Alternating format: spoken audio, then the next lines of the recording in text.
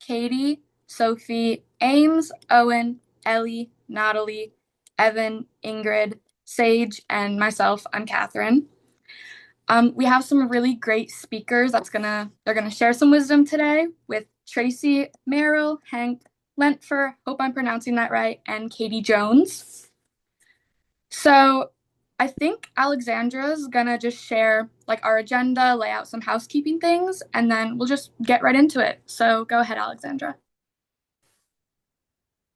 Hello. For starters, I want to say thank you all for being here. And we'll be alternating between 5 minutes to student speeches and 15-minute guest speeches. There'll be two opportunities for a collective stretch and breather, as well as a wrapping interlude from Jared, one of the student leadership team's mentors, about halfway through.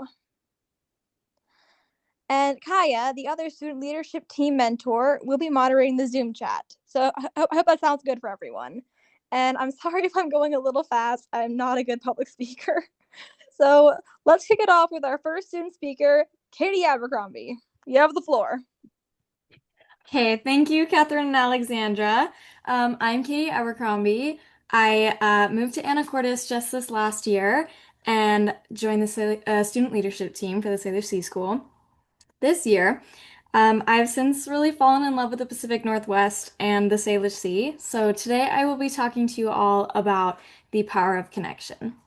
So, in life, there's a number of things that are important to us. We prioritize our friendships, our family, school or work, our interests and hobbies. Individually, we value different things, but as a species, we put a very special emphasis on connection.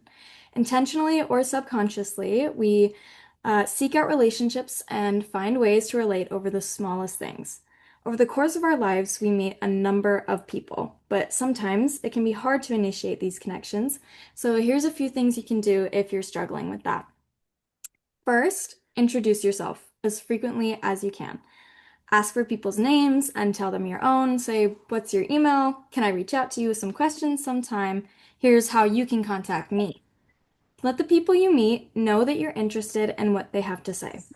Most people are eager to teach if you let them know that you're willing to learn. In fact, that's how I ended up here. I introduced myself, asked to be a part of this amazing team, and now I'm here speaking to all of you at this summit. Second, look for opportunities everywhere you can. It is so tempting to just sit and wait for them to come around to you. And while good things come to those who wait, often great things come to those who act. There are almost always resources available to you if you look out for them, especially with the internet today. Check frequently on reliable websites for volunteer and job opportunities, or even just events that you can sign up to attend. The Salish Sea School itself, especially, has many wonderful events like this one and a number of volunteer opportunities, as well as really great people to talk to. So check online, look at your local groups and organizations, support your community, and get to know the people around you. Sometimes this can be difficult if the opportunities you're looking for are too far away or simply unavailable to you. But my advice is to just keep trying. I know it's easier said than done, of course, but don't give up. Keep looking, keep pushing, search for other ways to connect that maybe don't involve face-to-face contact or physical presence. Looking on social media, especially, is helpful in this day and age, even more so if you're a young person like me or prefer less direct contact with peers and professionals. Making connections also is not limited to extroverts or people who are comfortable with social interaction all the time, but taking the first step just to get your foot in the door is the most important part. You don't have to be a social butterfly. You don't even have to be skilled at small talk or like even any kind of conversation. You just need to have the courage to say hello. It's always okay to feel a little awkward or unsure, but don't let it keep you from growing your circle. Talking with strangers can be uncomfortable and at times a bit terrifying, and there's no squashing it down like many people believe, so try reaching beyond it instead. Whenever I'm afraid to talk to someone, especially a stranger, I try to think, like, what can I gain from this interaction? How do I want to go about it? And I make a game plan in my head. Oftentimes, I'll make a list of questions to ask or establish a clear goal that I want the conversation to achieve, and it serves as a really solid guide in unfamiliar waters. So, to wrap this up, I will say don't wait for connection to come to you. Expand your network and form relationships wherever you can. Don't be a stranger to your community, and they won't be one to you. So thank you all for being here. And next up, we have Tracy Merrill, who will be sharing the many actions teens can take and the projects they can assist to help whales and other marine mammals in the Salish Sea. She is the Education Director for the Whale Museum in Friday Harbor. Welcome, Tracy. Thank you. Thank you for inviting me and having me at your guys' summit. And let me share my screen. And I don't have sound, so I think we should be fine. Okay, and then let's see. Slideshow from beginning. Hopefully you guys are seeing this big screen. Yeah, thank you again so much for having me. I want to leave some time for questions at the end, so I'll try to get this done in 10 minutes to leave 5 minutes for questions. But yeah, I was asked to speak to you guys for a couple of minutes on the many ways that what things you can do to help whales and other marine mammals. And so the first thing I want to echo of what Catherine said is there are lots of opportunities to volunteer. And that was actually how I got my foot in the door of my career, actually was volunteering at a stranding network and a small aquarium that was where I lived, nearby to where I lived. I don't know where everyone's from on this summit, but I just put up on the screen some local organizations that I know of that are involved in conservation. And they're not all necessarily whale focused, but remember that like when you're talking about endangered southern resident killer whales, that they rely on salmon, right? So some of these organizations are really doing things to help forage fish and salmon, which in turn helps those larger marine mammals that depend on that prey. So there's so many organizations, and um, sometimes when you reach out to them for liability reasons, they might say you're a little too young, you have to wait until you're like 18. But you never know, and there might be opportunities with those organizations that you can still volunteer, just maybe not with like for like maybe just not in that particular area that the liability comes into play. So what I mean by that is like with us at the Whale Museum, I think you do have to be slightly older to help out with the stranding network that we run.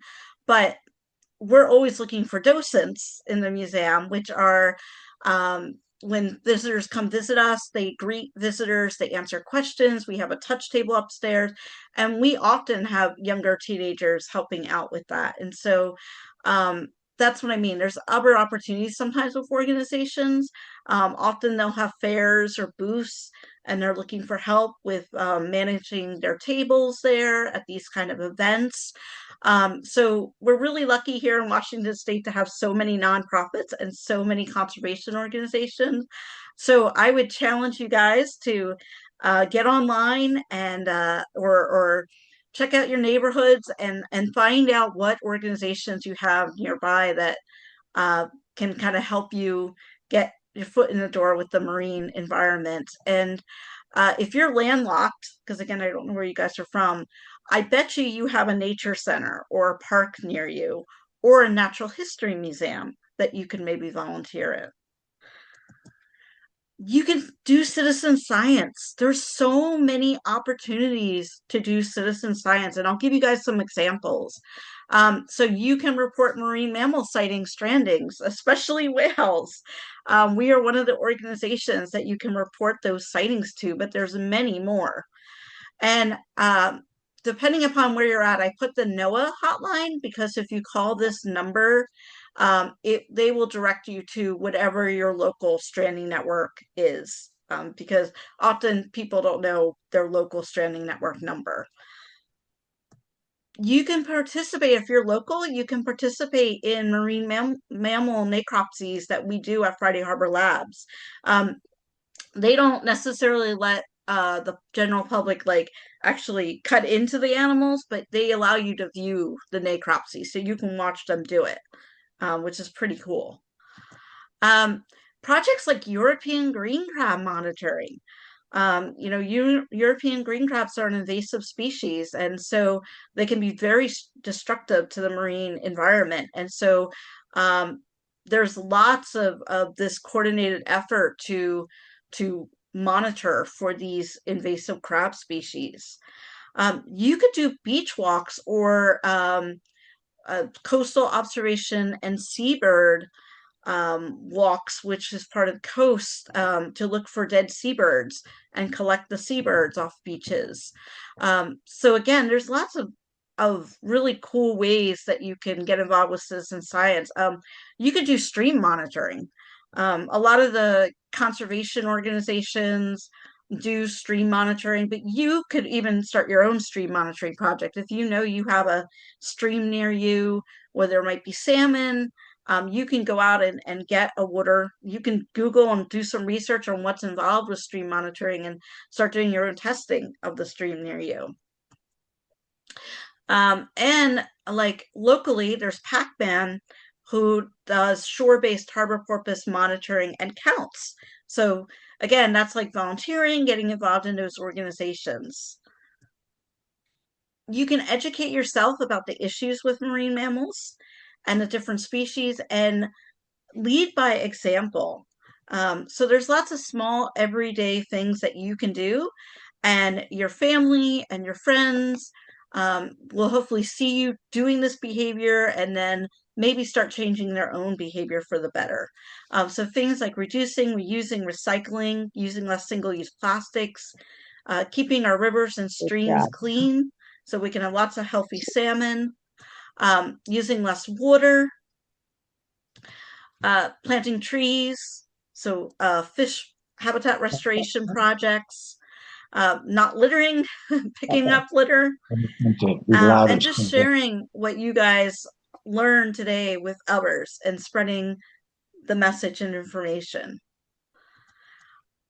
One of the most important things you can do is give marine mammals space. Familiarize yourself with the rules at that distances that you need to stay away from these different marine mammals so that you know you're being respectful around them. So if we're talking whales, the BULY's guidelines and regulations. With seals, it's 100 yards. It's the size of a length of a football field. Transient or big killer whales have different regulations than our resident killer whales. So, it's 1,000 yards for southern resident killer whales. It's 200 yards for transient killer whales. So learning all these different rules, so that, again, you can educate others and yourself about distance. And certainly with animals like seals and sea lions, when they have their pups, we definitely don't want to get too close to them. We don't want to scare their moms away. You can adopt a whale or marine mammal. We have a southern resident killer whale orca adoption program, but it doesn't have to be through us. It could be lots of different nonprofits or conservation organizations, especially marine focused, have adopt a whale or adopt a marine mammal, and that benefits when you adopt an animal like that. It's symbolic. So you don't get to take it home and put it in your bathtub or anything, but when you do an adoption, it helps support that organization financially. And so for us, it goes into our education and research programs, which helps this population. You can research and choose sustainable seafood options, so healthier choices. And two great websites for that is OceanWise. I put that website, a little screenshot of it, and also the Monterey Bay Aquarium has Seafood Watch. And Seafood Watch is by region too. So wherever you live, you can look it up and they'll help guide you. If you're wanting salmon, what's a better salmon species to eat? And of that salmon species, the best way it was caught, which can sometimes be hard to tell, especially if you're going into a restaurant or grocery store and trying to pick healthier seafood in terms of sustainability. It can be difficult sometimes to know where it was from. I want to encourage you guys to have passion and kindness. You are more likely to inspire others to make better environmental choices if you are positive, and it can be hard when we're talking about an endangered species, really hard, because a lot of the news is bad news, right? And so I know when I'm speaking to the public about an endangered species, and it's, kind of a bummer with some of the information you share, I always like to end it on a positive note. And how I end it on a positive note is I suggest actions that they can take to empower them. So again, those small everyday things that you can suggest to them, that's not going to be overwhelming, that they can start doing and start changing their behavior for the better. And I tell people that, all these small things that we do, if many of us did it, it would make a big impact. Stay excited and passionate. If you're excited about something, it's going to show for you when you're talking to others about it. And I want to encourage you guys too to be adaptable, is the way I would say it. Meeting people where they're at when you're talking to them about some of these issues and species. Not all of them are going to agree with you. Not everyone likes seals, right? And so um, taking a moment and genuinely being open to finding out why they feel the way they do, because you might be surprised when like they might come and make a comment, and you might be surprised by that and be like, oh, and you're ready, you feel like, but I have all these arguments on why this person's wrong and I'm right. But if you take a moment and you listen to them and you say, oh, that's interesting, why do you feel that way about that? And then you learn this is where they're coming from, this is why they care the way they feel, why they feel the way they do. You can have a discussion that's going to be more impactful with them, because you're kind of coming at it where they're talking to you from. What I like to use an example, because I know that might be a hard concept, but I like to use an example is like when you're talking to someone about maybe breaching the Snake River dams, which is, a huge, huge controversial topic, huge issue. And, I like to use the example of, what if you're talking to someone and you're like, and they say to you, yeah, the people that want the Snake River dams to go away, they're just crazy. That's crazy talk. And again, the in my world, I deal with a lot of the public and people who feel very strongly about removing those dams, to help the salmon, to help the whales. And so they often are very passionate about that. They're ready with their arguments on why the dams need to come down, right? And I encourage them to do what I just encouraged you guys, to stop, take a moment, and be like, so that's interesting. Like, why are those dams so important? And let them tell you, their point of view. And so maybe you find out that they work for an electric company that gets their hydropower through the dams, right? So they're concerned about, if those dams went away, that they would lose their job and that they couldn't support their family. And so you might be coming at it from, we have to save the salmon to save the whales, but that's not what really is important to them. What's important to them is, I'm worried about my job and my paycheck and putting food on the table for my family. And so what I encourage in like that situation, I'll say, because you took a moment to understand their point of view, then maybe you lead into that conversation with, okay, well, let's talk about what alternative jobs would be created if those dams went away. Maybe that's where we start that conversation at. So that's what I mean, meeting people where they're at. You're not always going to agree with the different viewpoints that you hear about issues and some of these species, and that's okay. But we can be respectful when we're having these conversations, and being respectful doesn't mean that you have to agree with that other viewpoint. And I want to encourage you guys to start and lead your own conservation projects. And so these can be anything from, maybe you give a talk or presentation at a community center, like a school or library.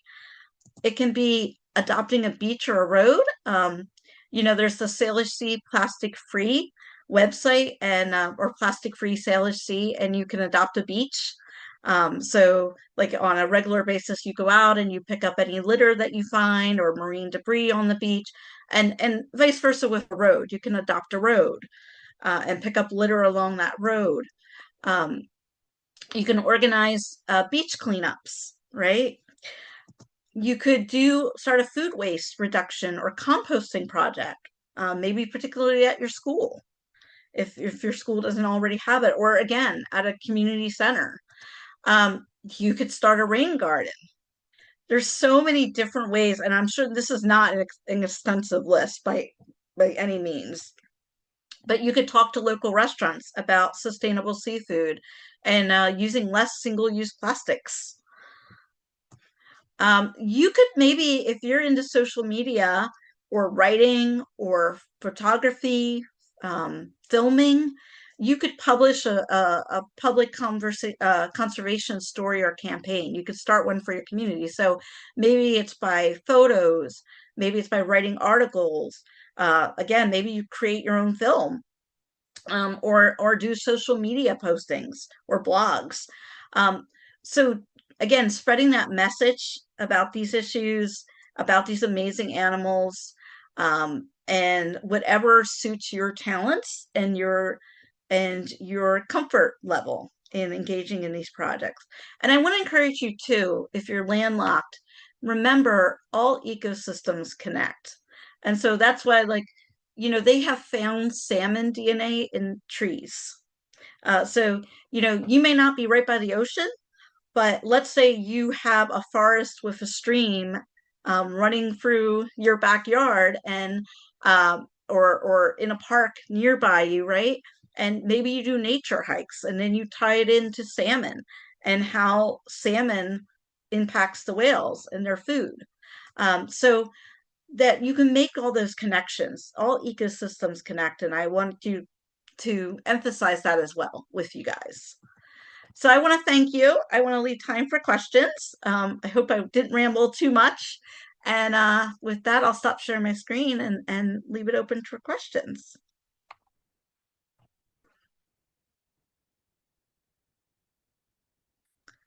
Can Do I you guys have any?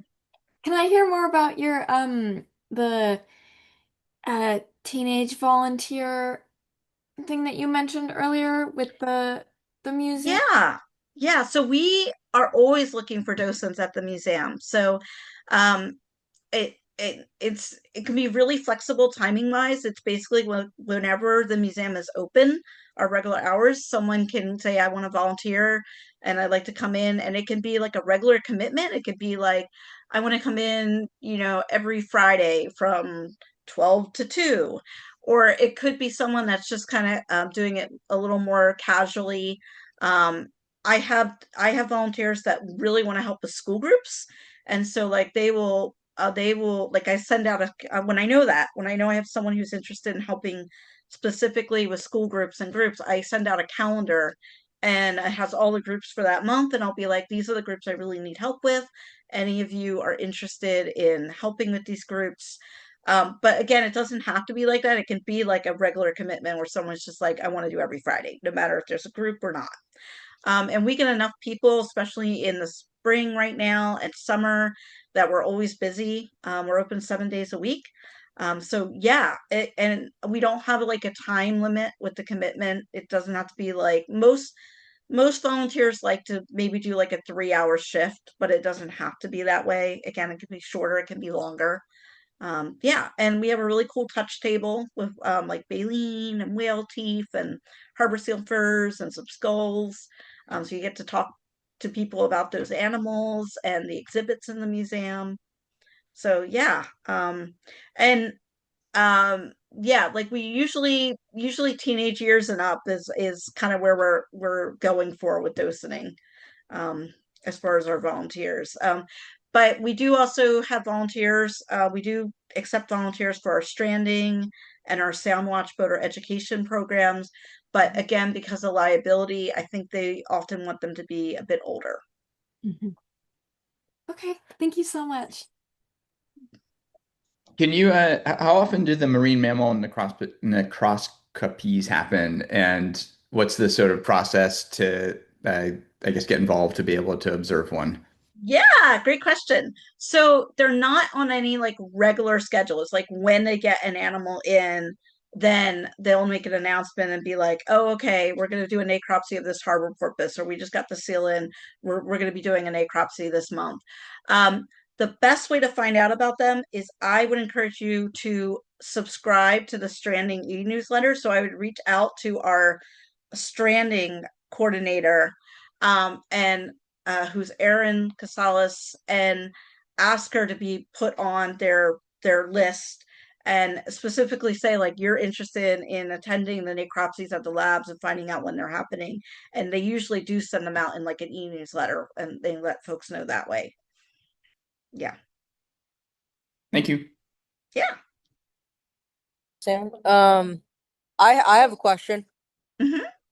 Um, the salmon in the salmon DNA in trees, is that like do trees just like share some DNA with salmon, or like is there a significant amount of salmon DNA in certain trees? So what's happening with that? That's a great question. What's happening is like the trees that are by the, so you know, so salmon, of course, spend part of their lives in freshwater at the beginning. They go out to the salt water, the ocean, and then they return to streams and rivers where they were born, and that's where they spawn. So they lay their eggs, they die. So all those carcasses, right, their bodies um, decompose along those stream banks, and tons of animals depend on the salmon that return to those rivers and streams. They feed on the carcasses.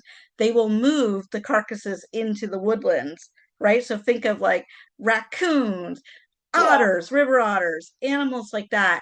And so they'll drop those carcasses, and of course, because you're in a forest, right? There's lots of trees, and that becomes nutrients for those trees. And so that's that salmon DNA connection with Yeah. trees. Okay. It's really No, cool. Really yeah, thank cool.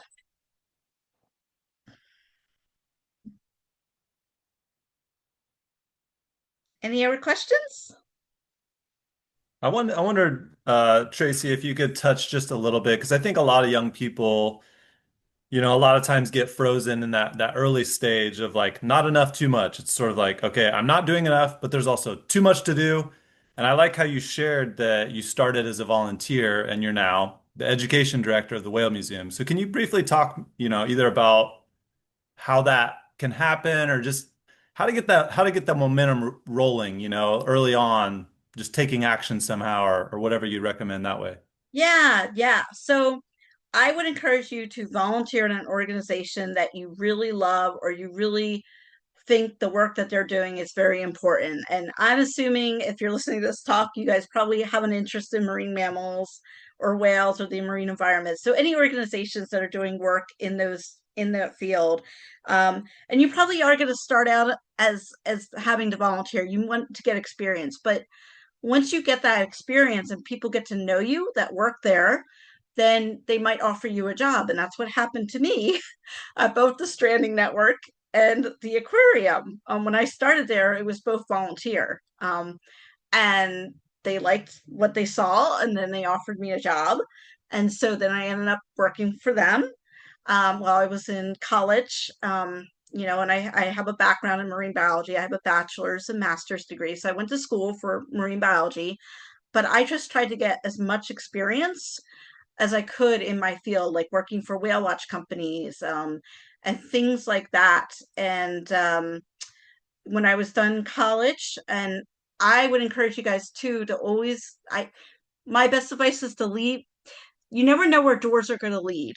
So be careful about shutting a door before you know where it leads. And my example to you guys with this, and I'll wrap it up because I know we're running out of time on my talk, is when I was in graduate school, I got accepted there to do a seaweed project. And I was not excited about a seaweed project. I really liked marine mammals.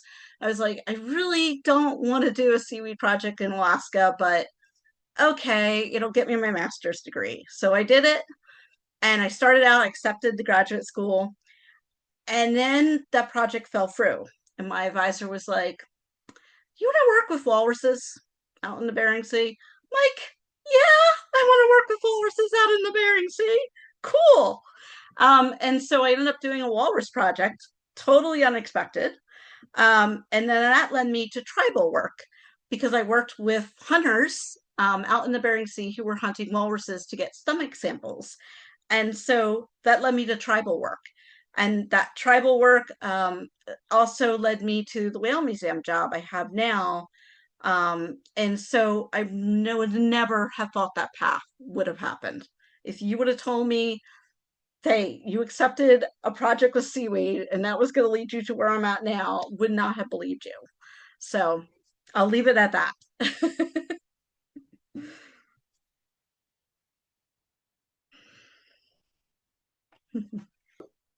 We And have one more question. Oh, sorry. yeah, go ahead. Do you have any penguins there?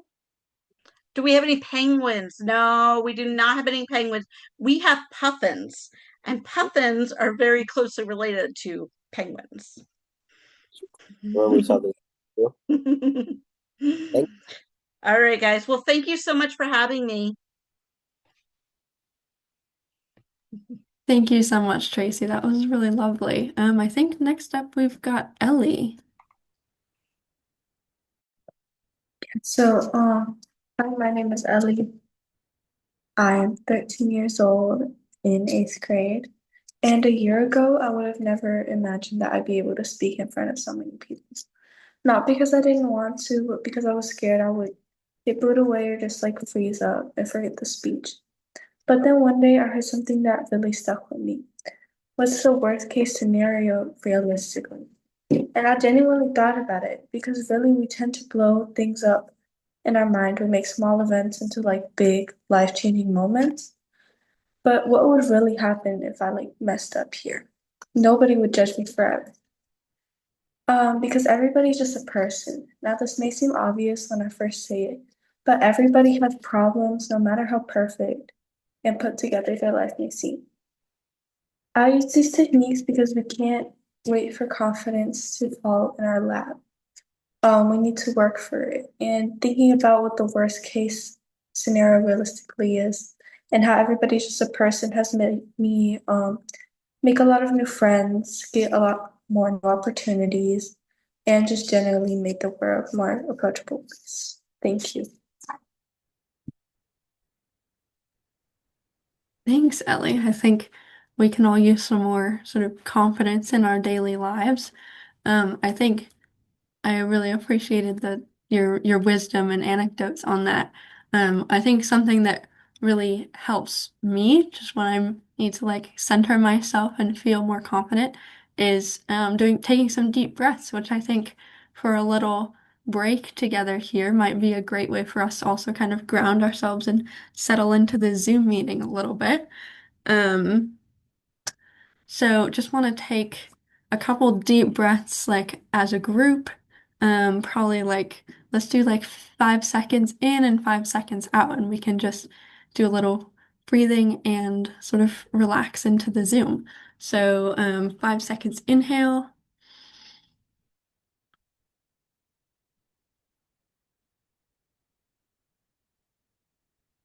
kind of forgot to count. Let's do that one more time. 5 seconds inhale, 1, 2, 3, 4, 5. Exhale, 1, 2, 3, 4, 5. Whew, I don't know about you guys, but I definitely feel more relaxed and centered. Um, yes, I just want to say while we're on this little quick break that it's so great to see these student leaders here and have these guest speakers here. I've really enjoyed hearing everybody so far, and I would love to turn it over to Hank. Hank is an Alaskan author and sound recordist. He's here to share how the deep art of listening and expansive storytelling gets to the core of what it means to be alive. So over to you, Hank. Thank you, Gaia. Man, do I wish I could transport you all to where I'm at. I'm sitting on a remote island in Alaska, on the coast of Alaska. It's a pretty big island. It's like 9 square miles, and the summit of this thing is probably 2,800 feet. Um, the only other human on this island is my good friend Bob, who's out in the yard doing some work right now. And this island's about like a half-hour boat ride from a little town where I live, but I try and get here as often as I can, and it's a really just an amazing place. And it's an old house built in 1918 by a couple who are buried out in the yard right in front of me. I'm looking at their gravestone, and I'm lucky enough to have access to this place. And in recent years, I've been lucky enough to bring students out here for a 3-week course. These are college students. And it's a 3-week course called Hunting for Connections, which is kind of right on target for what this little summit is about. And we immerse ourselves in this rainforest. And one of the things we do is actually hunt, and we end up killing a deer and we eat it. We eat the entire critter. That's part of our course. And it's a powerful thing because we all know that our food comes from the earth, and it just brings that lesson home when you skin an animal that's still warm and you have it and you hold a heart that's the size of our own, and then you cut it up and you eat it, and you and the life of that body propels your own body up the mountain the next day. It's a great lived story. And we humans are little more than storytellers. We could there's no way we can quit telling stories. We tell stories in our sleep. That's what our dreams are. And it is really the one tool we have to try and make sense of a complicated, mysterious life. And there are 7,000 human languages on the planet right now. You know, some of them spoke by just a few people. And all 7,000 of those languages, they all have come up with variations on stories to try and explain what happens when we die, for example. So we just pepper mystery with story. That's who we are. And the stories we tell ourselves and each other, I am coming to realize matter so profoundly. And some of the reading I've been doing this winter is really around the nature of consciousness itself. I'm just about done with Michael Pollan's latest book, A World Appears. And along with a few other books, it's really bringing it home that how little of the world we can perceive. Like right now, I open my eyes, I'm looking out this window. It's a beautiful seascape out there. There's distant mountains. And most of the time, I think, my God, I'm just seeing with such great clarity. And then I can do some reading and be reminded our vision is just able to perceive a fraction of the light spectrum that's out there. So there all this other stuff we are completely blind to that other critters can perceive. And it's the same with our sound, our hearing. So sometimes it feels like we're actually looking through these little teeny pinholes trying to make sense of a very complex world. And in addition to the limits of our senses, we are just predictive machines that we're actually not even taking in all the light that we could conceivably see. We're just taking in enough to fill in the blanks, and our brains fill in the rest. We're just predictive machines. And the stories we inhabit inform those predictions, and in turn, they inform what we're able to perceive. So we switch our stories and we are actually able to see different things. So as an example, simple question, who am I? So there's a lot of different stories I can tell to answer that question. I'm Hank, I'm a writer, I'm a recordist, I love to run, I love to ski, I'm a father, I'm a gardener. So I could dive into the details of all those stories. And when I inhabit that story, it it very much influences how I see the world and myself in it. So another story that's equally true to answer the who am I question. I'm in this cabin. This cabin is sitting on top of limestone bedrock that was formed 60 million years ago south of the equator in a tropical lagoon. Just thousands and thousands, hundreds of thousands of years of dead critters being uh, fallen down into the lagoon. It gets compressed. Plate tectonics brings it all the way up here. The continental crust scrapes it off, smears it along the Alaska coast.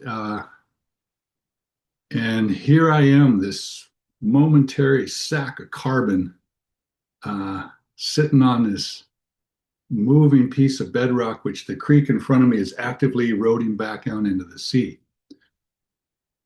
Same story. I mean, different answer to the same question. And when I inhabit that story, I perceive the world differently. So the answers matter. And we are all swimming in a river of stories that are being pushed at us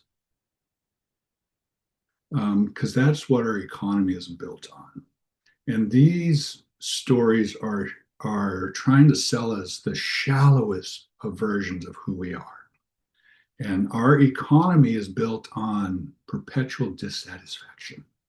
So we are just one shampoo product away or one purchase away from fulfillment. And of course, you can never be fulfilled because we quit purchasing.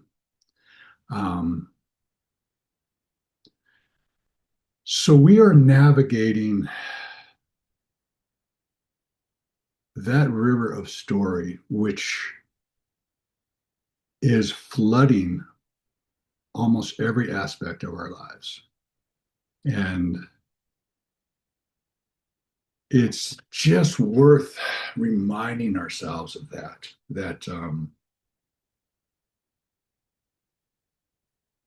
that's not who we are. It's not the only thing we are, that there is a bigger and better story that really connects us. And last fall on this island, I was here with this group of students. And towards the end of our time here, we had eaten this animal, and we brought the head and the hide and the bones, which we had boiled and turned into soup, and we carried them back into the woods, and we found a quiet spot, and we settled the remains of this deer, and we sat in circle, and everybody had a chance to share a story. And it happened that the last person to speak was Utsa, this young woman from India. And she just launched into song, and the song was in Hindu. She had a beautiful voice. It was a gorgeous melody, and it was raining, and there were ravens. And Utsa sang. And when she was done singing, she told us that the song was written by a Hindi mystic a long time ago, and she translated the song. And it was about waves in an ocean that if you just snap a picture of an ocean. The waves are distinct. They each hold their own form. You let it roll like a camera, and the waves just sink back. And there's no distinction between an individual wave and the ocean itself. And Utsa said she was drawn to that song because sitting in the forest with the body of that deer in her own, she realized that the spruce trees and the blueberry bushes and her classmates and the deer and the bear and the birds, they're all waves. They're all just rising out of the forest, rising out of the earth, and they settle back down. And there is no point in which there is any distinction between any of the critters and the earth herself. And when Utsa said that, it was all I could do not to jump up and do a backflip, because that's it. That is success in hunting for connection. Just the beauty of that song and the beauty of this young woman's imagery. So really all I have to share is to instill a hunger in each other, to find the stories where the delusion of boundary between us dissolves, and there is a place where loneliness is impossible. And we arrive at that place through proper story. And those stories, you've stumbled onto the story when you feel laughter and giddiness and just happiness. We are hungry for these stories, and when we're fed something that nutritious, we respond with happiness, and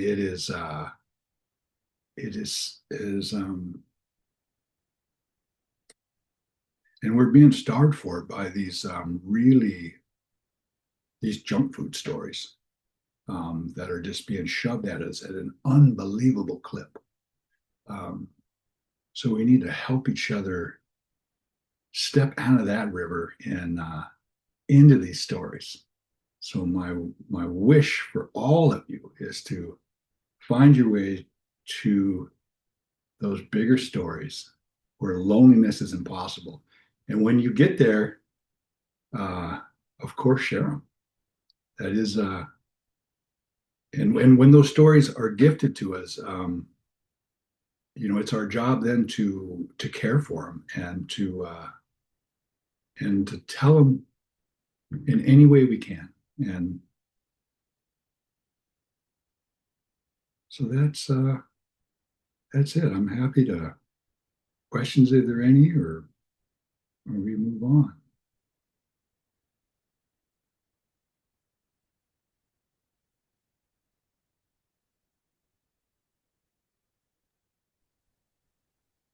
Yeah, feel free, anybody, if you do have a question, you can just unmute. I'll start it off with Hank. I wanted to ask you a little bit about how, because you've done so much work with sound, right? And we are such visual creatures. I want to ask about that role that like sound has helped you to maybe step into different stories or access stories that you weren't hearing before, right? Yeah. A little bit about that. Yeah, Jared's referencing this sound work I do, and it's a great bit of work I just stumbled in through by happening to be good friends with somebody who was already doing it. But the logistics of the work has involved many mornings that have blended into months of mornings camping in wild places and waking up at 2, 3 in the morning before the sun comes up and just going out with headphones and really exquisite microphones and listening and recording. And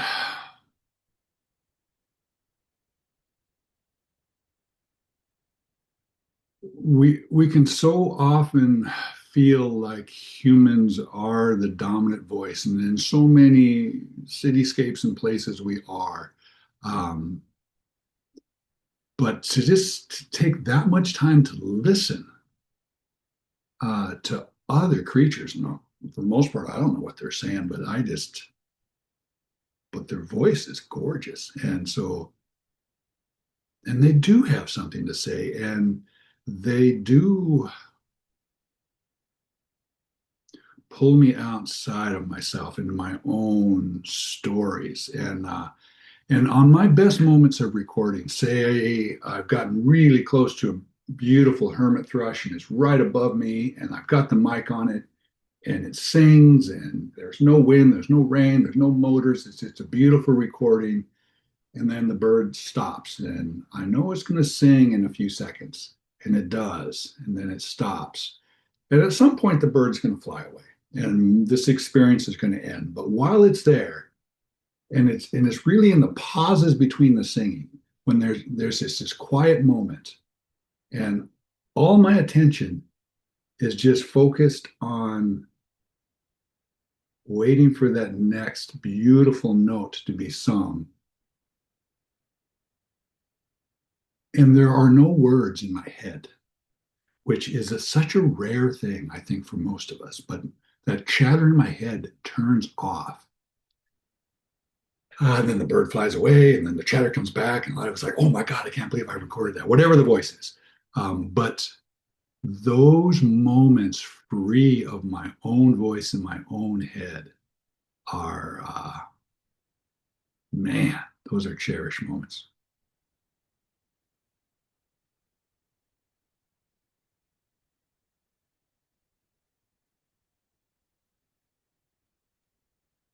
All right. Anybody else have another question for Hank? If not, we'll pass it off to Ames.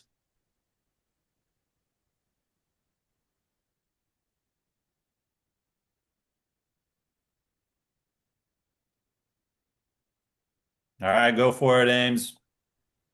Thank you, Jared. Thank you, Hank. I would like to say that I think I'm 5% wiser than when I started this call. Hello, everyone. My name is Ames O'Neill. I live in Portland, Oregon. I'm 14 years old, and I'm going to be speaking about the power of hope. Climate change is something that can make you feel very small, very fast. It's big, it's complicated, and the majority of what we hear about it is pretty grim. So if you've ever felt like nothing you do makes a difference, you're not alone. But hope doesn't come from avoiding that feeling. It comes from pushing through it. If history shows us anything, it's that when things get bad enough, people will step up. A good example is the hole in the ozone layer. In the mid-1980s, scientists found a huge thinning of the ozone layer over Antarctica. That layer acts like a shield, protecting life on Earth from harmful UV radiation. So suffice to say, this was a serious problem. This had been a known problem for 11 years prior, but big action didn't start until later. Governments did what they always did in a situation like this. They largely ignored it up to the point where they couldn't ignore it anymore. In 1987, after lots of outside pressure, over 200 countries signed the Montreal Protocol, agreeing to phase out the chemicals causing the damage. It didn't fix everything overnight, but over time, those chemicals were replaced, and the ozone layers began to recover. It's still healing now and should continue to do so. Monumental change like that doesn't usually happen all at once. It builds quietly, and then at some point, it becomes impossible to ignore. Just because things feel slow doesn't mean things aren't happening. It can mean something's taking shape under the surface. You can see that with Rachel Carson, too. When she wrote Silent Spring, she pointed out a problem which led to people paying attention. Her warnings about pesticides like DDT reached tons of people and made them rethink what was considered normal. That attention turned to pressure. Environmental groups grew, new ones formed, and governments started responding. Policies like the DDT ban and the Endangered Species Act came out of that shift. One of the clearest results is the bald eagle. It was once close to disappearing, but its population bounced back once protections were put in place. That didn't happen instantly, but it did happen, and bald eagles still inspire us, well, at the very least me, to this day. In 1962, when Silent Spring came out, there were a little under 450 nesting pairs in the lower 48 states. In 2020, there were over 71,000 pairs in the lower 48 states. A similar fight as we speak is happening with the California condor. In 1979, as a part of the Endangered Species Act, the U.S. Fish and Wildlife Service established the California Condor Species Recovery Plan. When the plan was put into effect, there were about 30 individuals left. 3 years later, in 1982, the population hit an all-time low of 22. This was when people got really serious and took all remaining individuals into human care. Progress has been slow, but now the total population of California condors is over 600, with 392 in the wild. The reason I know so much about this is because I volunteer at the Oregon Zoo, one of the biggest condor breeding facilities in the world. It's amazing to see how much care and effort people put into the program, especially since a new clutch of chicks just has hatched. Pardon me. Hope doesn't have to mean feeling good all the time. You can be frustrated, worried, even a little burned out, and still care. Gee, I know I have. It's less about being optimistic and more about not giving up. In terms of more modern efforts, you can see something similar happening now with renewable energy. Wind turbines and solar panels are showing up all over the place, and they don't feel unusual anymore. What used to seem expensive or unrealistic is now often the cheapest option, as opposed to burning fossil fuels. People are seeing real benefits, lower bills, cleaner air, and all new kinds of jobs. There's still a lot to figure out, but the shift is clearly underway.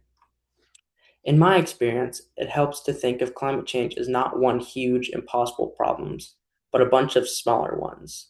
Energy, transportation, food, industry, people are working on all of them at the same time.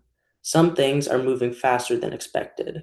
Costs are dropping, new ideas are catching on. It's messy and slow, but it's nowhere near nothing. So if you're looking for hope, don't wait until everything feels okay. Because from my experience, there's never a point where everything feels okay. There will always be something that needs fixing, because humans always need fixing. The best way to get involved is to pay attention to what's already changing, and the people pushing it forward, and become one of those people. And if there's a worthy cause that no one's fighting for, be brave and go for it. The future is not decided yet. That can be immensely scary, but it also means there's still room for things to turn out better. And honestly, that's enough reason to keep going. That's my piece. And when I first saw this show, I did not believe it. And next up, Jared will share a rap. So that'll be exciting. All right. Thanks, Ames. I love the message. Hope is action. So super important that we don't lose sight of that, you know? All right. And it is true. I am going to rap, and I hope that's okay. I know not everybody's a fan of rap. Hopefully I'll convert a couple people, but all right. I don't think I've ever rapped on Zoom before, so here we go. Come take a look inside my mind. I'm bathing in colors, not just the black and white. I'm bathing in colors. Check out my appetite. The universe is for breakfast. This ain't the afterlife. This is the here and now. Heaven and yeah, both living. Look inside of my mind and I could find every limit. Look inside of this time and find that time is not a given. So I'm going to live this life for 2 billion children and their children's children's children's children's children's children. Not interested in anything that don't go that distance. Not interested in anything that don't grow from wisdom. Not interested relocating my heart inside of a prison. Not interested in looking at any of these problems unless I'm willing here to fix them. Not willing to look at any of these children unless I look them in the eye and tell them I'm never going to give in. No, I'm never going to give in. Never ever stop from building. Never ever stop from healing. Never ever stop this feeling. The moral arc of the universe is right through me. Bust the ceiling. Can you feel the strength of love now when the bullets and bombs are dropping? You better do more than duck down. I am not building a better bunker. I am above ground. Above ground, I love now. I love this planet. Every valiant feature, every human and creature, every pupil and teacher, look them in the eye and tell them that you'll try and they'll believe you. So please do, because we need you, we need you, we need you. Now step up. Thank you. Woohoo! All right. Brilliant.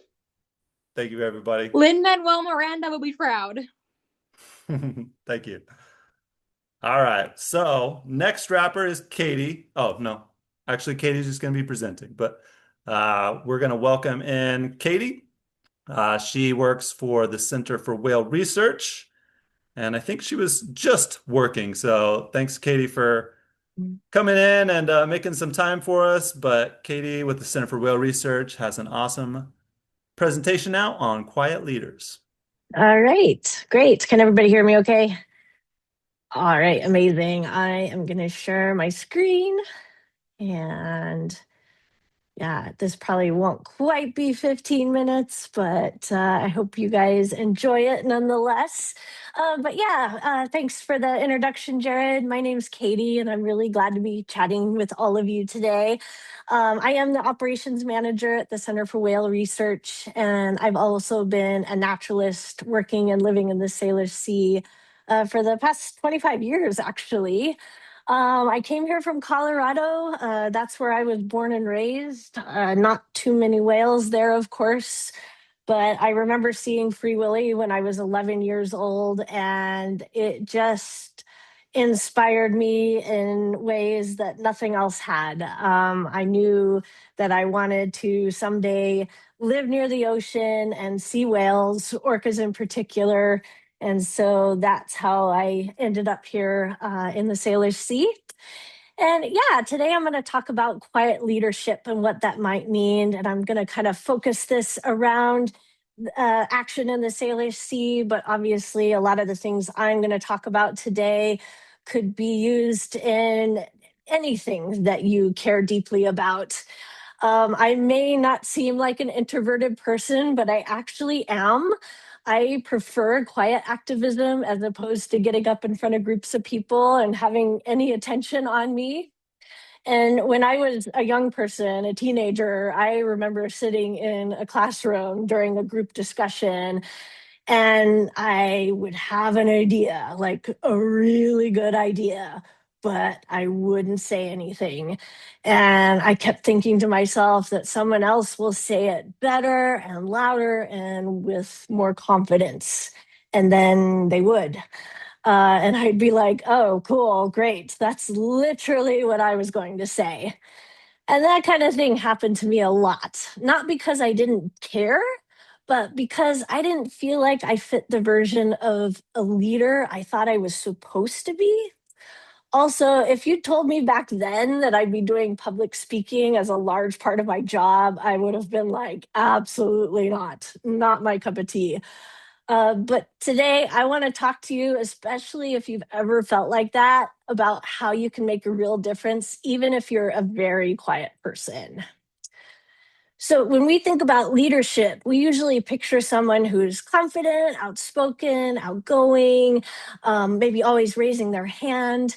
However, if you're a quiet person, some of that could feel really intimidating. And those outgoing people are great. We really need them, absolutely.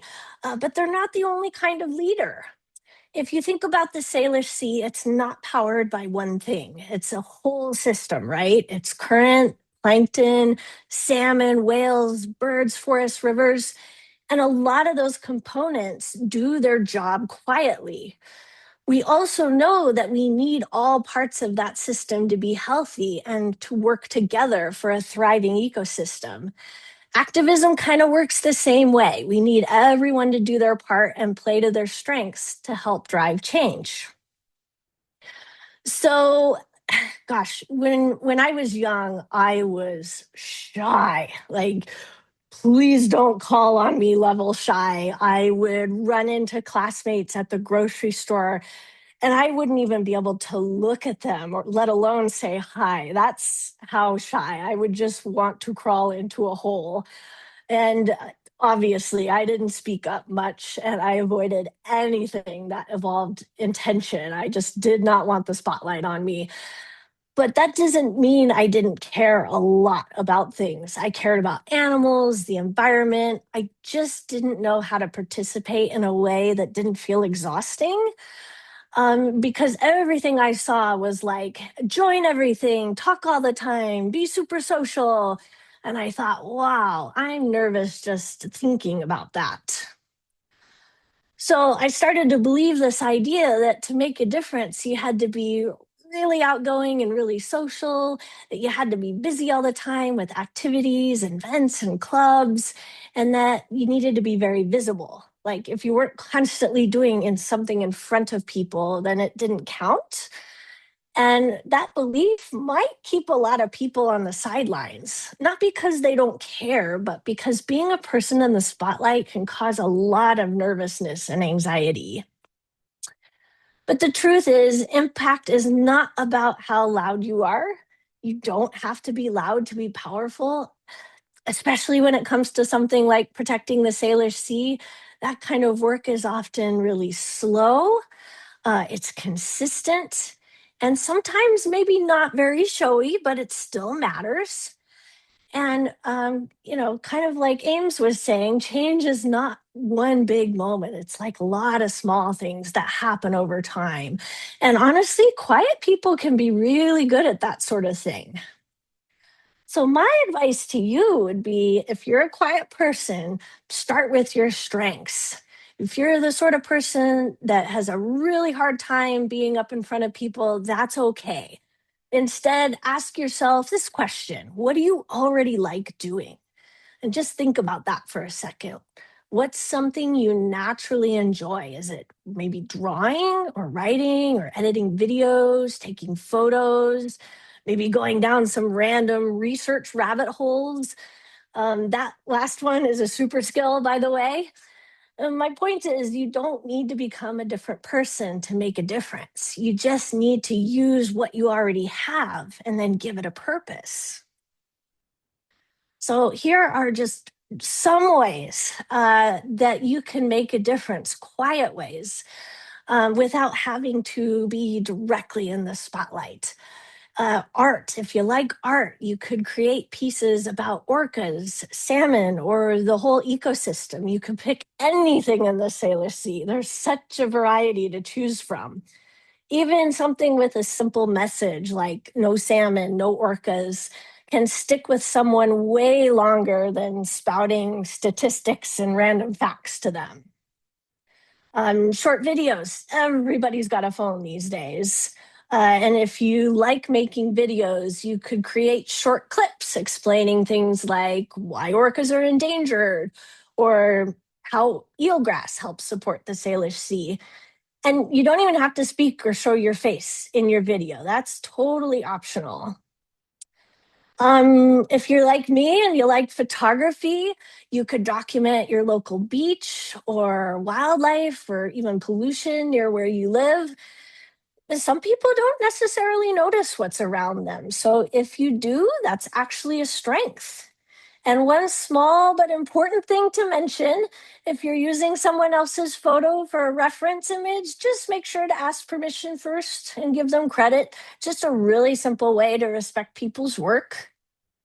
Maybe you're a writer. If you like writing, you could share why you care or what you're learning or recite a poem you've written or, in Jared's case, a rap. It doesn't have to be perfect. It just has to be real and something you care about.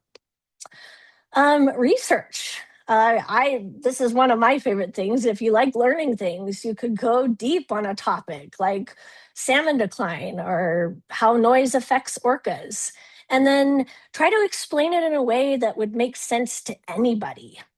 The same thing here. If you're sharing information, just let people know where you got it from and cite your sources.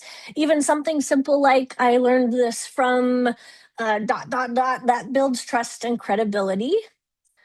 And last but not least, doing work behind the scenes. There's a lot of opportunity here. If you would prefer to never be the center of attention, that is completely valid. You could help design things or organize events or support projects with a local conservation nonprofit. And honestly, a lot of the important work happens there. So, one thing that stops people is feeling like they have to do something big. Like, if I'm not saving the ocean by next Tuesday, what's the point? But that's not how this works, right? You could start very, very simply. If you're on social media, you could start with one post about why southern resident orcas are endangered. You could tell a friend one thing you learned about salmon. Or you could take a photo from your local shoreline showing the plants and the wildlife you saw there. It might feel small, but that's how change happens. And we usually think courage means doing something big and bold, but a lot of the time it's much quieter than that. It can look like sharing something you made, or trying something new, or putting your thoughts out there, even if it feels uncomfortable. Your version of courage might not look like giving a speech. It might look like posting your first video or sharing a piece of art that you made. One thing I will say too, even though it may feel uncomfortable, I would encourage everyone to take a public speaking class at some point in their lives. While it may not necessarily be a skill you use often, taking a class can really help boost your confidence and provide you with a lot of helpful tips in case you do have to be in front of people. I personally am still more comfortable being behind the scenes, but because I've had a lot of practice over the years with public speaking, I feel more confident when talking with people for sure.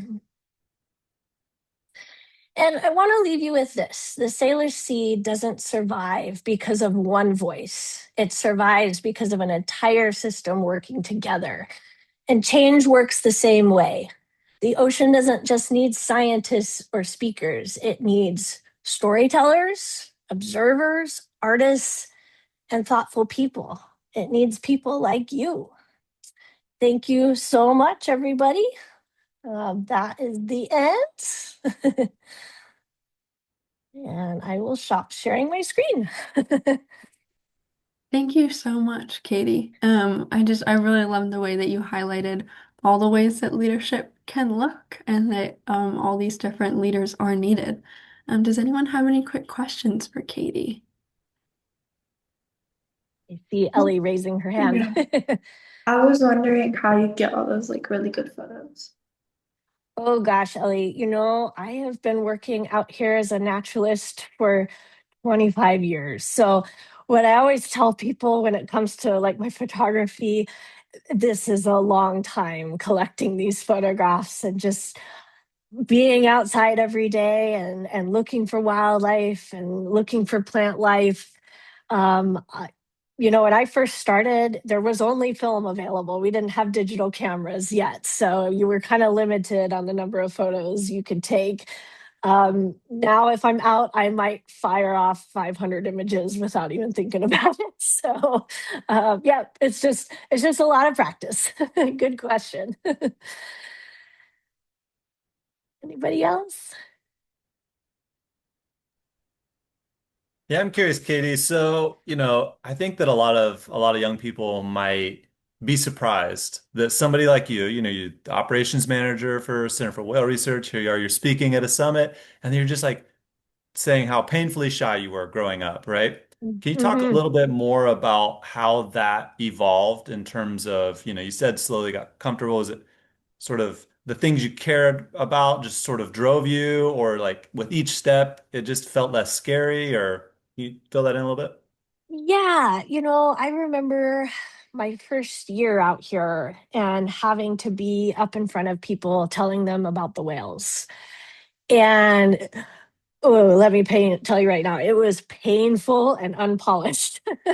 I just hadn't had a lot of practice with it. And, I'm definitely someone with a lot of special interests. I found that the more I practiced, the more time I spent in front of people, even though it wasn't my favorite thing, it helped me come out of my shell a lot. And every year I get a little bit better at it. It didn't happen overnight. So if you're up in front of people speaking and you make mistakes and you're really nervous, don't beat yourself up. It's a process to get used to that. And the more you do it, the more confident you'll feel. And now, honestly, I'm to a point I don't even think about it anymore. You just get up there and go. And if you can get to that point, great. But also, if that's not your cup of tea, that's okay. I mean, really, it's hard to get up in front of people. It's really hard, and most people would rather not do it.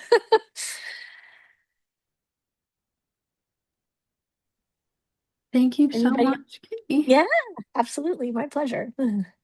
I'd love to take just another little group breather. But first of all, I'm just so blown away by all our speakers, both guest speakers and student speakers. You all are amazing and inspiring, and I just feel very lucky to be here. And also shout out Jared, that rap was unexpected and awesome. That was so cool. Um, yeah, we've got a couple more speeches, but I just want to keep the energy up, keep us going. So I'd love to do just some quick little Zoom stretches with you all. But in the meantime, I just feel so inspired by Katie's talk. While we stretch, I would love for us all to think about just a strength that we all have that can be channeled towards action.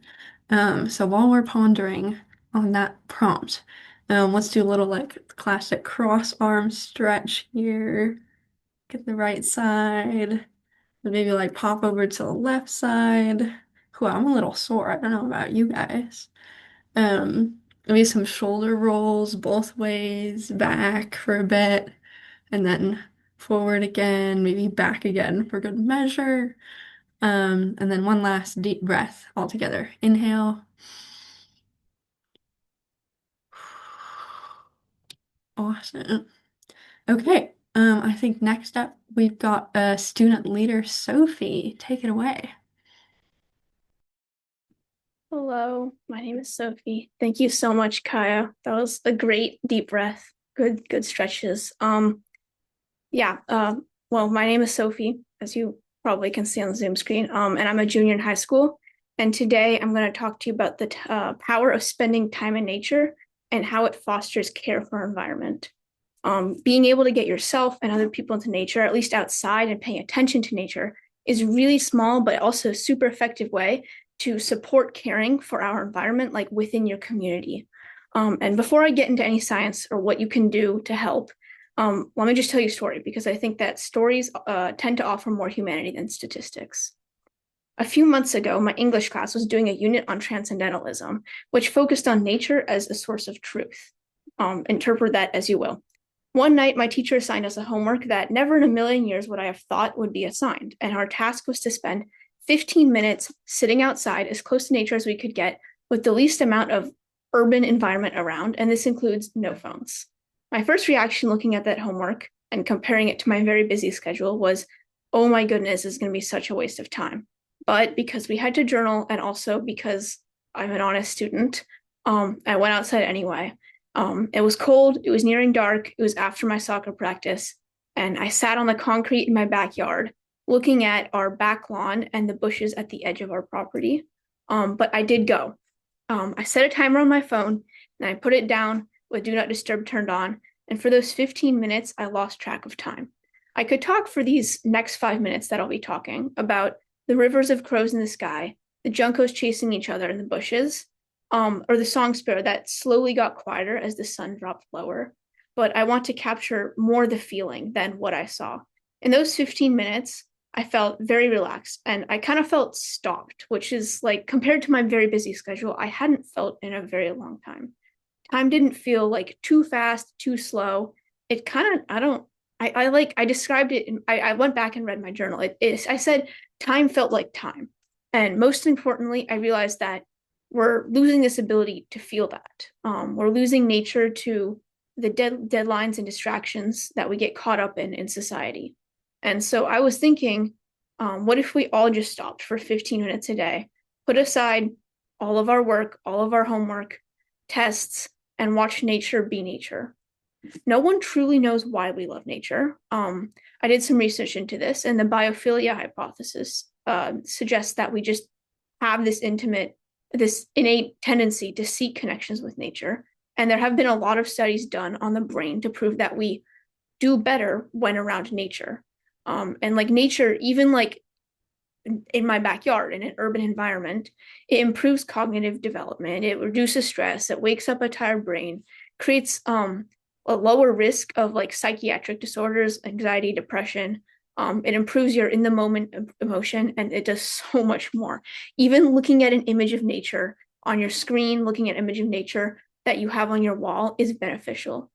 Basically, we really benefit from nature, and I think that with the right care, nature can benefit from us. With exposure away from the distractions of screens, we can all care about our environment a little more.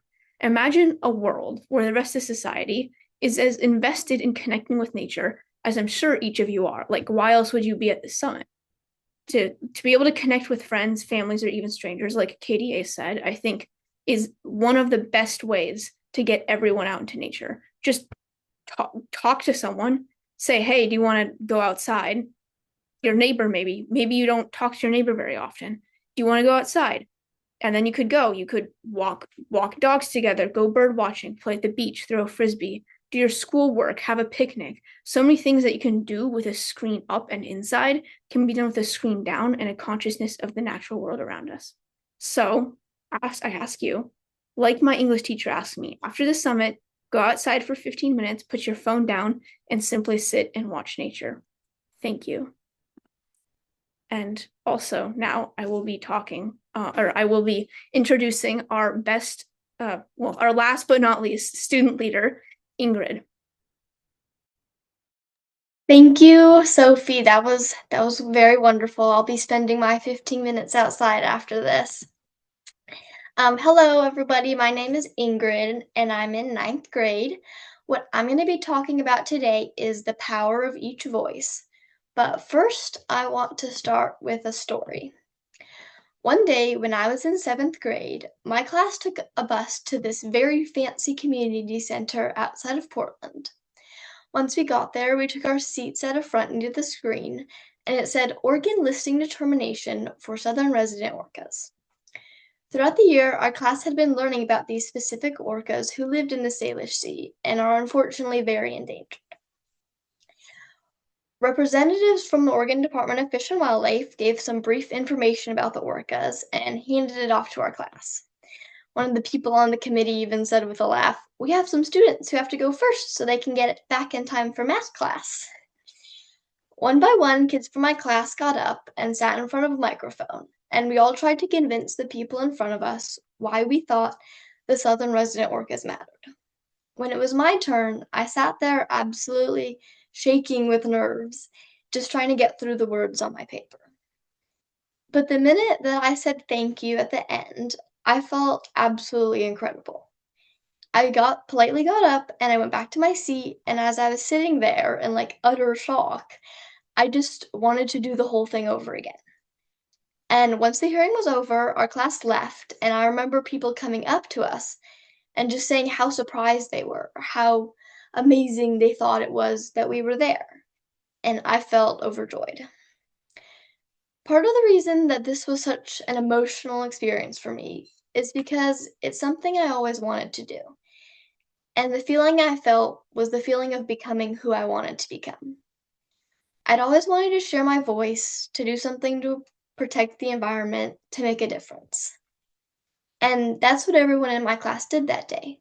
We got up and we told all the people in that room, look, we're passionate and we're telling you right now that this needs to change. Now, there's a couple reasons why I shared this story with you. And one of them is that I want to highlight how much being a kid can be to your advantage.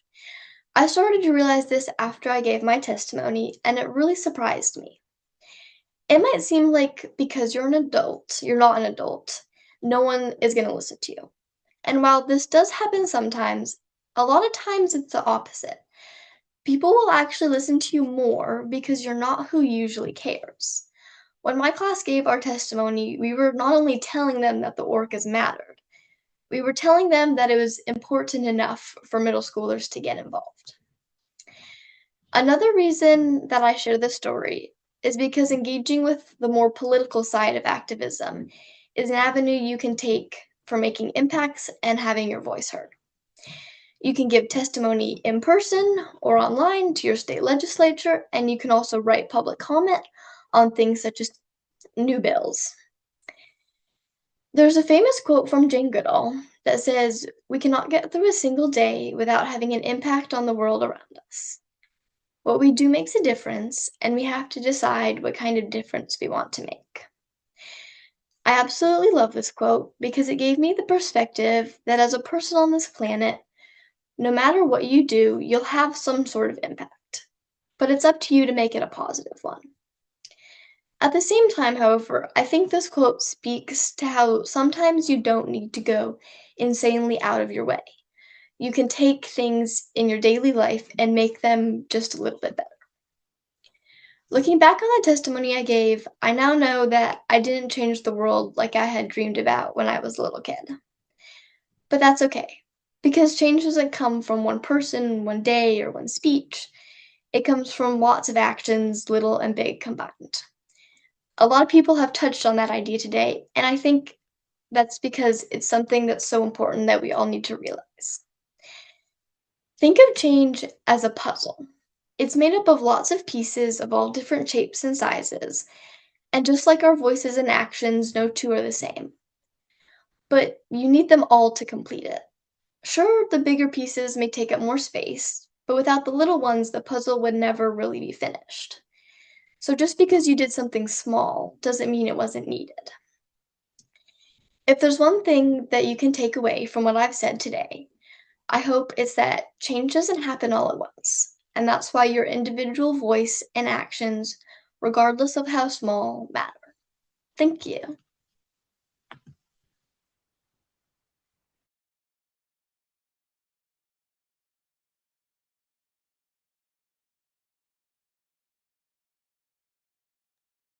That was fantastic, Ingrid, and so well said. I think it's time to wrap it up. Natalie and Owen, do you want to jump on? Yeah, so thank you to all of our incredible speakers. I feel so inspired, and I hope that all of you feel inspired as well. It was so wonderful to hear about from all of you and to learn about real ways that you can get involved. This event was so empowering, and I'm so happy that you could all join us. This afternoon was filled with so many amazing stories and words of inspiration, and I hope that you have something to take away from this virtual summit to bring to your own communities to make meaningful changes. Now, please find more ways that you can get involved in your own community, whether that means getting involved with the Salish Sea School, volunteering locally, or trying to raise awareness about these issues that are important to you. We can all make a difference. Wait. So we all have an impact on the world. Sorry. We all have an impact on the world around us, and it is up to us to create a positive impact in our communities for a more sustainable future. We are so honored to have you all here. Thank you for joining us. Have a great rest of your day. Thank you. Thanks so much, everybody, for joining us. We'll do this next year again. So these students did such an amazing job. We're so proud of them. We are so appreciative that all of you joined us, and yeah, we really appreciate everybody coming together to celebrate these young people as well as this amazing planet we have. So thanks again.